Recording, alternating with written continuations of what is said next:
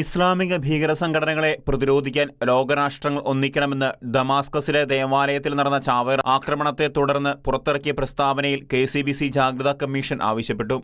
2019 ലോകത്തെ നടുക്കിയ ശ്രീലങ്കയിലെ ഈസ്റ്റർ ബോംബ് സ്ഫോടനത്തിന്റെ മാതൃകയിൽ ഇസ്ലാമിക് സ്റ്റേറ്റ് ഭീകര സംഘടന ഡമാസ്കസിലെ ക്രൈസ്തവ ദേവാലയത്തിലും ചാവേർ ബോംബാക്രമണം നടത്തിയിരിക്കുകയാണ്.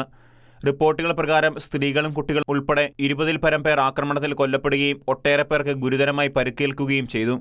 ഭീകരാക്രമണത്തിൽ കൊല്ലപ്പെട്ട നിരപരാധികളുടെ ആത്മശാന്തിക്ക് വേണ്ടിയും പരിക്കേറ്റവർക്ക് വേണ്ടിയും പ്രാർത്ഥിക്കുന്നു.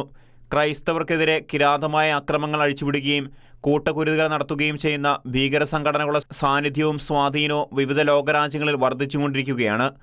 ആഫ്രിക്കൻ രാജ്യങ്ങളായ നൈജീരിയ, ബുർക്കിന ഫാസോ, സുഡാൻ തുടങ്ങിയവയിലും പശ്ചിമേഷ്യയിലും നൂറുകണക്കിന് പേർ കൂട്ടക്കൊലകൾക്കിരയായിക്കൊണ്ടിരിക്കുന്നു.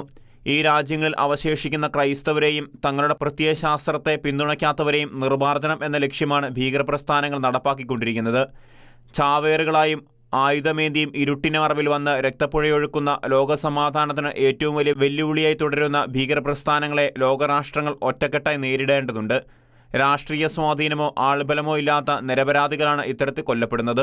ഏതാനും നൂറ്റാണ്ടുകൾക്ക് മുൻപ് വരെ ഭൂരിപക്ഷം ക്രൈസ്തവർ ജീവിച്ചിരുന്ന സിറിയയിൽ ഇന്ന് അവശേഷിക്കുന്ന ചെറിയ ശതമാനം ക്രൈസ്തവർ വലിയ ഭീഷണിയിലാണ് ജീവിക്കുന്നത്. സിറിയയിലും മറ്റ് പശ്ചിമേഷ്യൻ ആഫ്രിക്കൻ രാജ്യങ്ങളിലും ജീവിക്കുന്ന ക്രൈസ്തവരുടെ ദുരവസ്ഥയ്ക്ക് നേരെ ലോകരാജ്യങ്ങൾ കണ്ണു തുറക്കണമെന്നും KCBC ജാഗ്രതാ കമ്മീഷൻ പ്രസ്താവനയിൽ കൂട്ടിച്ചേർത്തു. Church desk, Shekinah news.